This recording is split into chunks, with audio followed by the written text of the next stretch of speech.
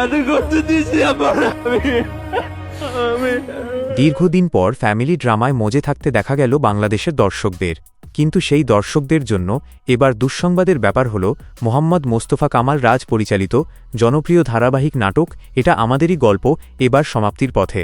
ধারাবাহিকটি নিয়ে দর্শকদের উন্মাদনা ব্যাপক হলেও এর একটি পর্ব কাঁদিয়েই ছাড়ল সবাইকে।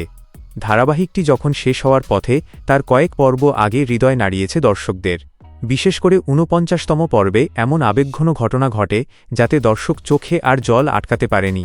এই পর্বে সিরিয়ালটির জনপ্রিয় চরিত্র ফাহাদ ও শামিরের বাবার মৃত্যু দেখানো হয়েছে। আবেগপ্রবণ এই দৃশ্য দেখে অঝরে কাঁদছেন দর্শক। দর্শকপ্রিয়তার প্রমাণ মেলে এর ভিউয়ের পরিসংখ্যানেও। গত ২৯ এপ্রিল ইউটিউবে প্রকাশিত ৪৯তম পর্বটি মাত্র একদিনেই ১ কোটি ভিউ অতিক্রম করেছে। হাজার হাজার দর্শক মন্তব্যের ঘরে নিজেদের আবেগের কথা জানিয়েছেন। এক দর্শক আবেগপ্রবণ হয়ে লিখেছেন, আব্বা, ভেতরটা কেঁপে উঠল, পৃথিবীর সকল মা বাবা বেঁচে থাকুক। দর্শকদের এই আবেগ ছুঁয়ে গেছে অভিনয় শিল্পীদের প্রশংসায়। বিশেষ করে ফাহাদের চরিত্রে ইরফান সাজ্জাদের অভিনয় দাগ কেটেছে সবার মনে।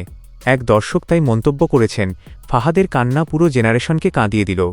এমন অভিনয় এর আগে দেখিনি, যা দেখে পুরো পর্ব জুড়েই কান্না করা যায়।